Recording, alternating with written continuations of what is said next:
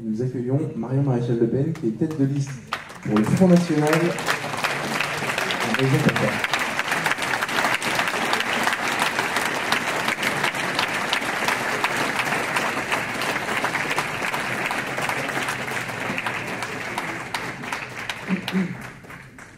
Bonsoir Marion Maréchal. Alors, on vous connaît bien puisqu'on vous voit à la télé. Je vais vous poser la première question. Vous aussi d'ailleurs. Ça commence très mal. Une question philosophique et vous aurez 2 minutes pour y répondre. Je sais que vous avez beaucoup travaillé. Quelle est la finalité selon vous de l'engagement en politique et puis surtout pourquoi vous êtes-vous engagé vous en politique alors que vous aviez 22 ans, 23 ans, 22 ans? La finalité de la politique, vous avez 4 heures, c'est ça? Sujet de philo, un petit peu. C'est difficile d'être synthétique, mais en réalité, tout le monde s'accorde sur la définition, plus ou moins. Et ça a été dit d'ailleurs ce soir, atteindre le bien commun. Moi, je crois qu'en réalité, c'est pas tellement la définition qui est complexe, c'est le discernement sur ce qu'est ce bien commun.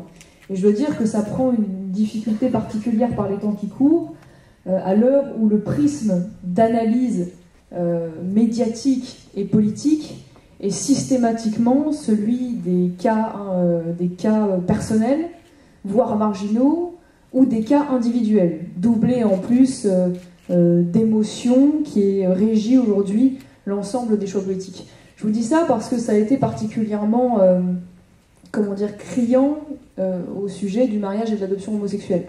On a eu de cesse dans ce débat de mettre en avant des cas particuliers extrêmement marginaux, avec des familles homoparentales, mettant en avant l'amour qui les liait, que je ne nie pas par ailleurs, occultant totalement la dimension collective, la dimension sociale de ce débat, et même la dimension dans l'absolu sur le rapport à l'enfant de ses parents.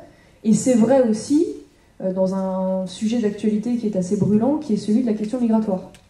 Il m'apparaît intéressant, où on ne se pose pas la question de façon, à mon avis, correcte, puisque pareil, à chaque fois, on se pose la question à travers des cas particuliers, des cas individuels, en mettant en avant certaines familles, qui sont d'ailleurs en soi les familles minoritaires dans les flux qui arrivent, pour ceux qui sont vraiment des réfugiés de guerre, qui sont eux aussi minoritaires dans ceux qui arrivent, et partant de ces cas particuliers et individuels, eh bien on en tire une politique. Donc c'est pour ça que je vous dis ça.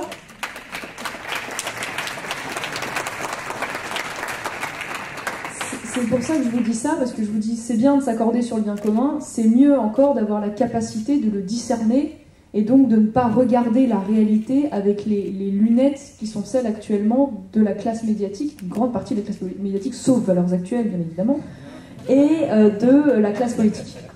Donc ça, c'est une première chose. Ensuite, moi, ce qui m'a poussé à m'engager en politique, mon parcours est un peu particulier. Je ne l'érigerai pas en exemple parce que moi je suis un peu partie en politique en me faisant botter les fesses, je dois dire. Le grand-père qui est monté dans la chambre. Oui, tout le monde connaît l'histoire. Alors j'étais militante, hein. J'étais active, j'étais plutôt dans la discrétion. Et puis un jour, un certain Jean-Marie Le Pen est en effet monté dans ma chambre et m'a dit « Je veux que tu partes faire ces législatives. Est-ce que tu as fait les régionales? Tu t'en es bien sorti. Il faut là-bas aller laver l'honneur de Carpentras. » Moi ça résonnait de façon très négative en plus à mes oreilles. Carpentras, c'était assez sombre. Et puis j'ai dit non, et croyez-moi, c'est pas facile de dire non à Jean-Marie Le Pen, à plusieurs reprises. D'ailleurs, vous n'avez pas dit non en fait. Courageusement par lettre la 3e fois. Et il m'a répondu par lettre interposée, il m'a dit finalement un argument qui m'a convaincu. Il m'a dit si toi qui as des convictions, qui es une jeune femme issue d'une grande famille politique, tu ne montres pas l'exemple en partant, comment peut-on demander aux Français et plus encore aux jeunes de s'investir? Et il a ajouté si tu n'y vas pas c'est que tu n'es pas une Le Pen. Voilà, et donc c'est vrai que surtout l'argument, on va dire, du devoir d'exemplarité et d'engagement eh bien m'a parlé, et c'est pourquoi je suis aujourd'hui devant vous.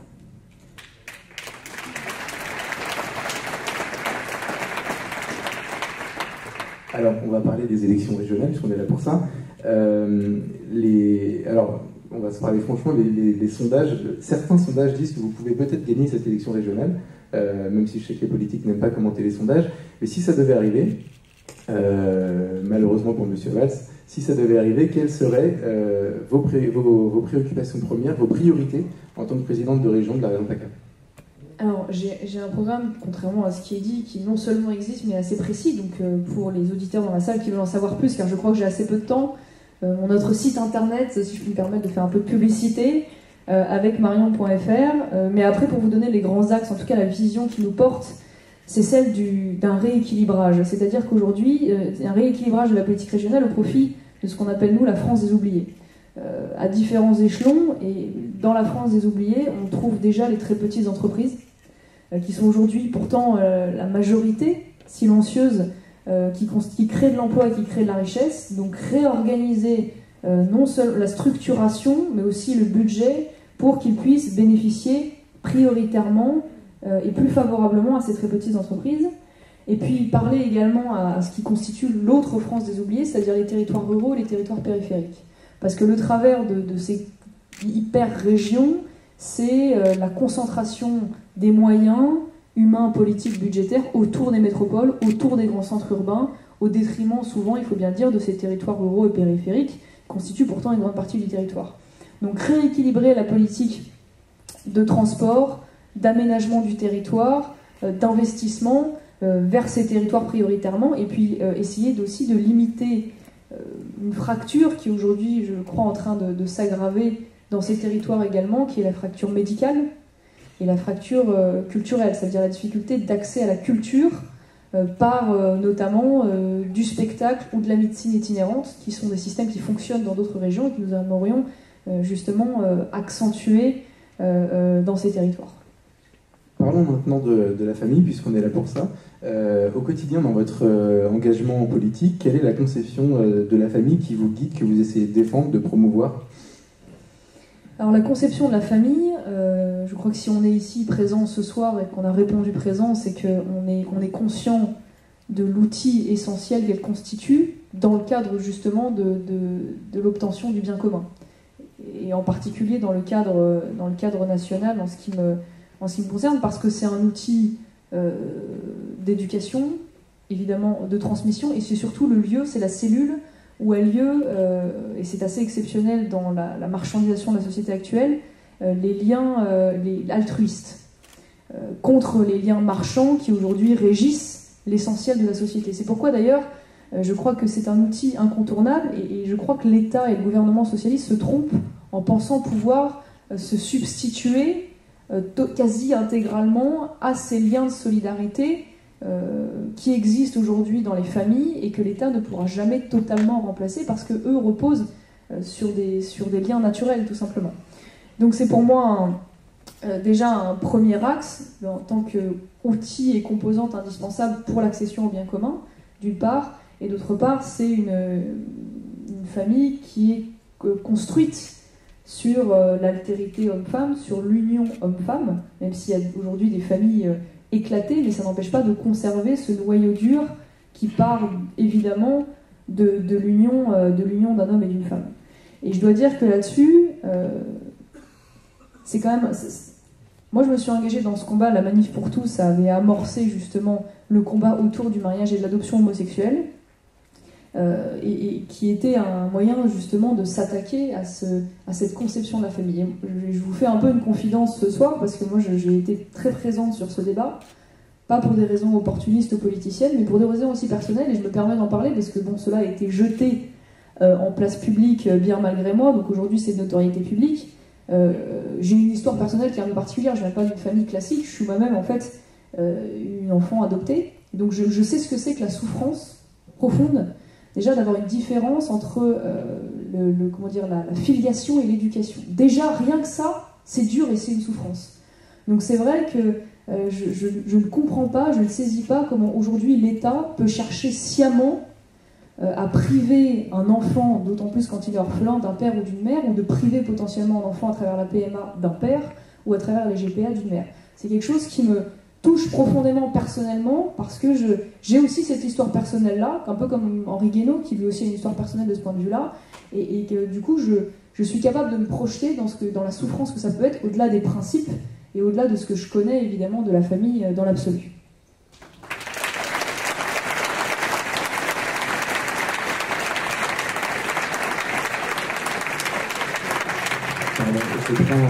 Je prends sur moi de briser cet instant d'émotion. En plus, sincèrement, je ne suis pas du genre impudique, donc c'est pas le genre de choses que je fais, mais c'est aussi intéressant de savoir pourquoi on s'engage, on en parlait au début, et c'est vrai que là-dessus, c'est quelque chose qui me touche particulièrement.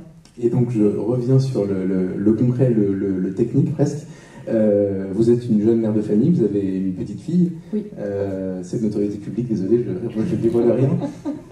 Quelles sont, d'après vous, les difficultés rencontrées au quotidien sur le plan concret par les familles ?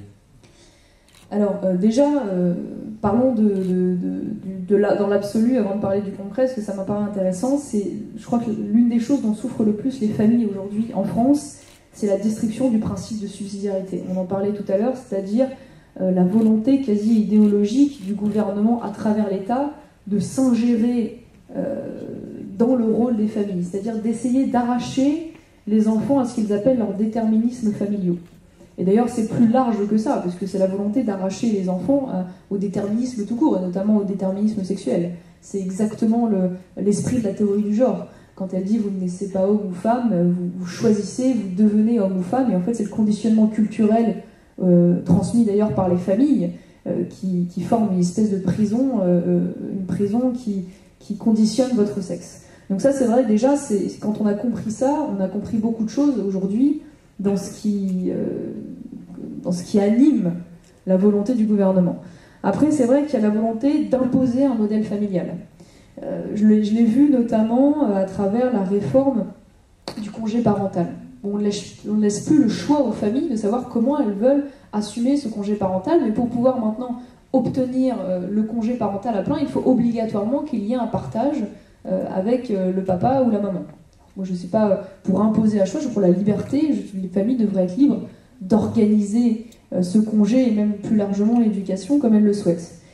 Ensuite, on en a parlé tout à l'heure, il y a la désintégration de la filiation naturelle. Il y a les menaces, évidemment, et ça a été particulièrement visible, sur les dispositifs d'aide aux familles, en particulier sur les familles nombreuses, notamment, qui ont été principalement victimes de cela. Il y a aussi, sous couvert économique, des attaques indirectes qui sont faites à la famille. Je pense à la libéralisation encore de l'ouverture du travail le dimanche.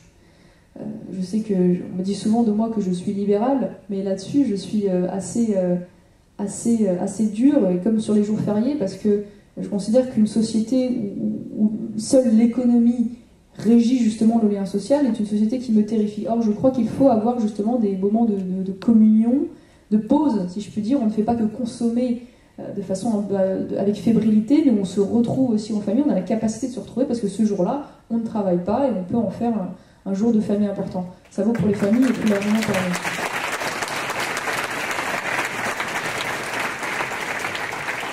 Et puis en particulier aussi le cas des familles monoparentales, qui est malheureusement aujourd'hui quelque chose qui se multiplie, en particulier des femmes seules, qui élèvent seules leurs enfants, et qui cumulent la plupart du temps plusieurs emplois à temps partiel, qui ont du mal à joindre les deux bouts et qui sont aujourd'hui malheureusement, qui ne sont pas spécialement prioritaires dans l'accès aux logements sociaux, pas spécialement aidés, et qui à mon avis sont aujourd'hui une partie des familles qui sont en phase de se paupériser largement et qui malheureusement sont assez peu aidées par la politique du gouvernement socialiste actuellement. Alors justement, sur le plan concret, puisque si jamais vous remportez la région PACA le 13 décembre prochain, en tant que présidente de région, qu'est-ce que vous pourriez mettre en place pour aider les familles justement ? Alors c'est vrai que posé comme ça, c'est un peu compliqué parce que ça n'est pas une compétence directe de la région, notamment la question sociale. Donc en fait, c'est de façon assez indirecte. Il existe déjà des choses, notamment sur la gratuité du transport pour les lycéens, qui ne devrait pas être remise en cause pour le trajet justement domicile-études, qui à mon avis m'apparaît très nécessaire de conserver. Après, nous, on souhaiterait mettre en place une bourse au mérite régionale pour compenser justement la baisse de la bourse au mérite de 50% qui a été supprimée par le gouvernement socialiste. On aimerait également améliorer, parce que c'est une grosse défaillance aujourd'hui, l'accessibilité des gares. Ça vaut pour les personnes handicapées, ça vaut aussi pour les poussettes. Ça a l'air bête comme ça, mais c'est du concret au quotidien. Et puis, on aimerait également, dans le cadre de notre politique sur la formation, augmenter les conventions avec le rectorat pour faire en sorte qu'aujourd'hui les lits vides qui sont nombreux dans les internats puissent aussi bénéficier aux apprentis, qui eux justement manquent d'accès à de l'hébergement, alors qu'aujourd'hui nous avons une défaillance structurelle dans l'apprentissage. C'est aussi parfois pour les familles une difficulté de subvenir au coût d'hébergement de ces jeunes apprentis.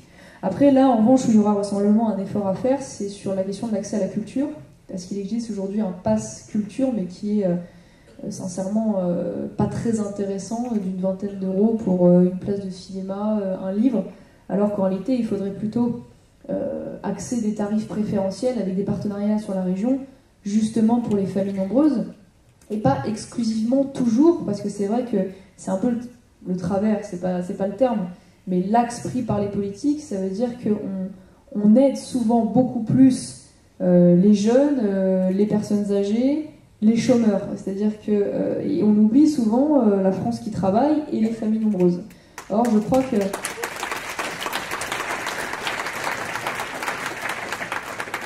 là-dessus, il va falloir changer un petit peu de mentalité et accepter de s'adresser aussi à tout le monde. C'est un peu comme dans les crèches, ça m'apparaît assez incohérent. Ça veut dire qu'aujourd'hui, dans les crèches, en réalité, les chômeurs sont plus aidés que les femmes qui travaillent, c'est-à-dire les hommes qui travaillent. C'est-à-dire que vous travaillez, vous n'avez pas le choix. Vous êtes obligé de mettre votre enfant à la crèche, et vous vous rendez compte que quand vous êtes chômeur, et c'est malheureux, vous avez naturellement les moyens, plus de temps pour vous en occuper. Et pourtant, vous bénéficiez le plus souvent de tarifs qui sont 2 à 3 fois plus intéressants que lorsque vous travaillez.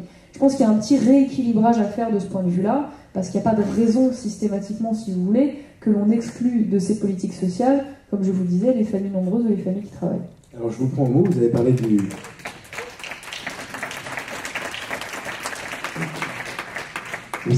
pass culture. Que pensez-vous de la création d'un pass famille qui pourrait justement aider les familles sur le plan des transports, vous en avez parlé, des loisirs, de la culture, etc. Alors, il existe déjà des tarifs préférentiels qui sont justement accrochés à la carte famille nombreuse. Donc il y a déjà des choses qui existent de façon intéressante, mais moi je n'ai pas de difficulté, comme je vous le disais, dans le cadre des projets qui sont soutenus par la région, à accentuer encore ces tarifs préférentiels. Il n'y a pas de problème. Sur les transports, c'est un petit peu plus compliqué, parce que nous sommes dans un budget extrêmement contraint. Comme je vous le disais, il existe déjà beaucoup de tarifs préférentiels pour les enfants, enfin pour les jeunes, puisque ça existe pour les collégiens, pour les lycéens, pour les stagiaires en formation professionnelle, pour les apprentis justement, qui eux ont la gratuité des transports pour le trajet domicile-études. Il y a quand même, donc de ce point de vue-là, quelque chose de satisfaisant pour les familles avec enfants, et ça m'apparaît compliqué de faire des promesses un peu irréalistes en disant qu'on va accentuer encore ces tarifs préférentiels, parce qu'aujourd'hui le problème c'est que malheureusement nous allons récupérer une région avec vraisemblablement 2,7 milliards de dettes fin 2015, et donc nous n'aurons pas les moyens d'aller plus en amont de ce point de vue-là. Alors quelque chose qui coûte pas cher, est-ce que vous avez la volonté de créer une commission spéciale pour la famille au sein du conseil régional ou pas ? Non, parce que je pense que pour le coup, ça relèverait plus de l'affichage et du gadget. Je pense que ça n'est pas une chose véritablement indispensable. Il vaut mieux, si vous voulez, plutôt que de créer cette commission transversale qui ferait un peu doublon avec d'autres structures, s'atteler à porter cette vision dans chaque commission qui est existante. Et je n'aime pas la politique gadget et slogan, donc ce serait mentir que de dire que j'adhère à l'idée. Un mot sur l'égalité entre le public et le privé, sur le plan des subventions notamment. Qu'est-ce que vous feriez si vous étiez présidente de région ? Ah bah là, par le coup, c'est de la même manière. Il n'y a pas de véritable discrimination à l'heure actuelle, parce que sur la gratuité des transports dont je vous parlais tout à l'heure pour les élèves, les lycéens notamment, il s'adresse au public et au privé. Sur la question, des cantines, de la même manière, malheureusement, nous n'avons pas aujourd'hui les moyens de pouvoir subventionner des cantines privées. Parce que je vous disais, nous avons déjà des budgets extrêmement contraints, et c'est vrai que comme aujourd'hui l'école privée, même si moi je suis attachée au choix de pouvoir aller dans l'école privée, reste un choix, il est normal qu'il n'y ait pas un traitement tout à fait équivalent entre d'un côté l'école publique et le choix de l'école privée, qui reste un choix aujourd'hui pour les familles. Un mot sur les subventions. J'imagine que vous êtes penché sur les subventions actuelles de la région. Alors je vais regrouper la question, mais sur quels critères vous donneriez les subventions aux associations? Ensuite, est-ce que vous vous engageriez ce soir à stopper les subventions des associations à caractère politique ou idéologique, et on sait desquelles on parle? Est-ce que d'ailleurs vous les avez identifiées déjà, celles qui en bénéficient aujourd'hui du Conseil régional? Oui, il y en a beaucoup. C'est vrai que le budget de la région, c'est 150 millions d'euros par an. Pour vous donner un ordre d'idée, c'est supérieur aujourd'hui au budget qui est attribué en investissement à l'aide aux entreprises. Donc c'est un budget qui est considérable chaque année. Et c'est vrai qu'il y a manifestement beaucoup de ménage à faire de ce point de vue-là, parce qu'il y a énormément d'associations politisées qui sont subventionnées, les copains politiques, mais aussi des subventions qui, moi, me choquent, en particulier en période de crise dans une région qui a un taux de chômage supérieur à la moyenne nationale. Je vous donne un exemple parmi tant d'autres, mais à Marseille, on est à Marseille, 60 000 euros de subventions accordées aux associations d'aide aux travailleurs immigrés. Et des comme ça, vous en avez des dizaines, des quinzaines. Je pense aussi aux 200 000 euros chaque année qui sont accordés aux plannings familiaux. Des choses comme ça, dont on sait aussi que ce sont des associations très politisées.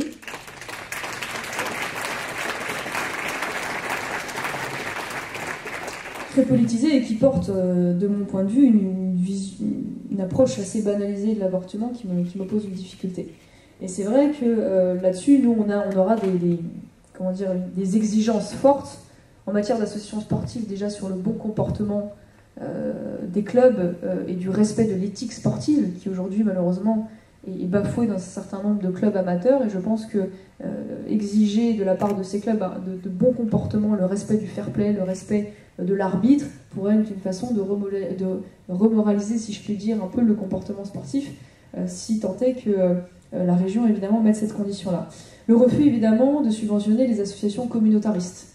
Alors ça a l'air bête comme ça, mais aujourd'hui, il y a une tentative, notamment de la part de l'UOIF, de mettre en place un certain nombre d'associations satellites, à travers des associations sportives qui apparaissent assez neutres comme ça, mais quand on remonte l'échelle, on se rend compte qu'indirectement, on subventionne ce courant, qui est un courant de l'islam tout de même radical.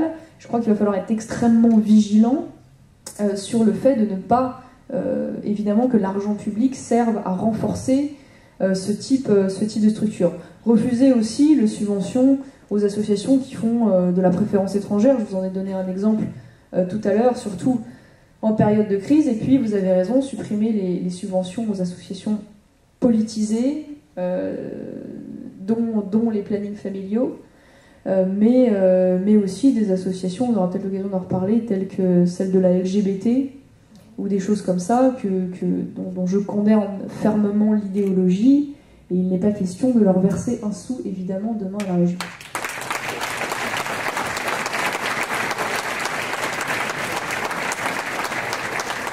Vous l'avez dit 2 fois, mais je ne suis pas sûr d'avoir totalement compris. Vous supprimeriez la subvention accordée au planning familial? Oui, absolument.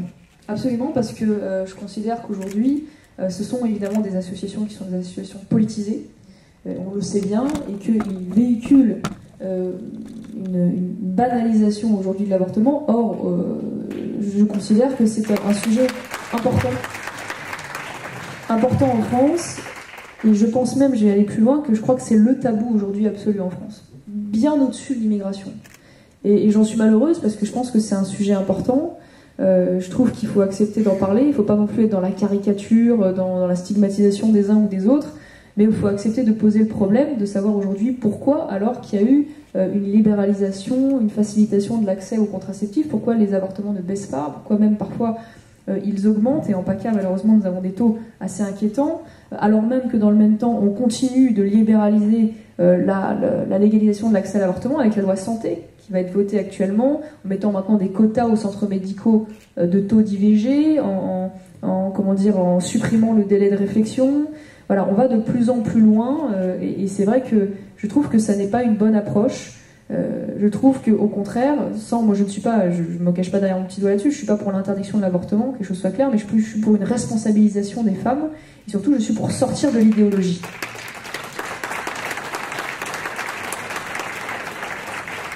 Alors Marion Maréchal Le Pen, je vais vous laisser le mot de la fin. Vous avez non pas 4 heures, mais 4 minutes. Le timing est précis pour adresser votre message aux familles et à ceux qui nous écoutent ce soir.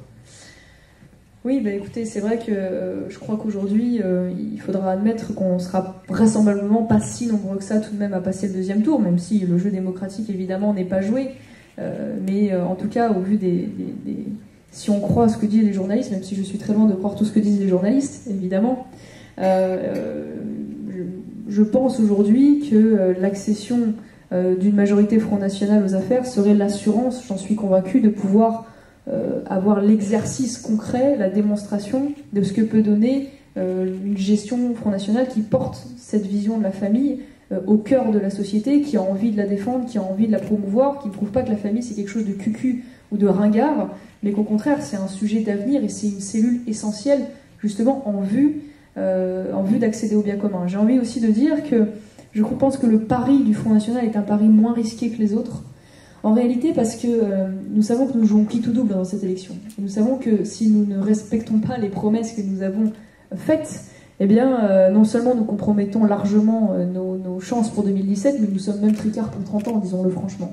Et donc, lorsque nous sommes partis avec cette responsabilité et cette potentialité de gagner, nous avons été extrêmement sérieux dans le choix des profits, dans notre projet, qui n'est pas un projet paillette, mais qui est un projet concret. Et je crois que sincèrement, sur ces questions-là, mon mouvement a fait la démonstration de sa cohérence et de son attachement, même par rapport aux chartes de la Manif pour tous. Quand vous regardez le nombre de candidats qui ont signé cette charte, notamment au municipal, les candidats du Front National étaient les plus nombreux. Donc je pense que là-dessus, il y a véritablement un vivier d'hommes et de femmes qui porteront cette vision-là, pas de façon gadget, comme je vous le disais tout à l'heure, mais de façon extrêmement concrète. Et je ne demande qu'à pouvoir en faire la démonstration, en vue, évidemment, au niveau national, demain, de pouvoir aussi changer les choses. Merci, Marianne-Maréchal Le Pen.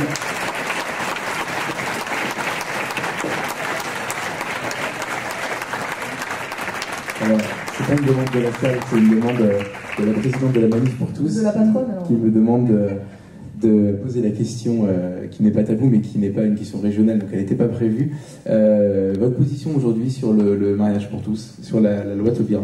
Écoutez, nous, on n'a pas changé. Je sais qu'en réalité, c'est assez amusant le paradoxe qu'il y a eu sur la position du Front National, parce que tout le monde s'est focalisé pendant très longtemps sur la participation ou non de Marine Le Pen à la manifestation. Et on a déduit de cette participation ou non la position du Front National. Or, je tiens quand même à rappeler qu'il y a eu un vote à l'unanimité en bureau politique pour l'abrogation de la loi, et que cette position a été portée chaque fois qu'on a posé la question à Marine Le Pen, a toujours été portée de façon cohérente. Elle n'est jamais revenue dessus et elle ne s'est pas cachée non plus derrière son petit doigt sur ce sujet-là.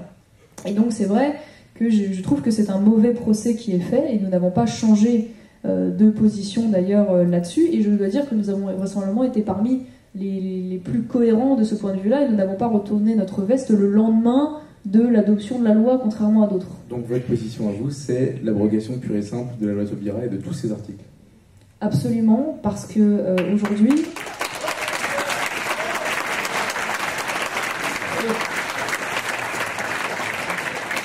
Absolument, parce qu'en fait aujourd'hui, nous avons,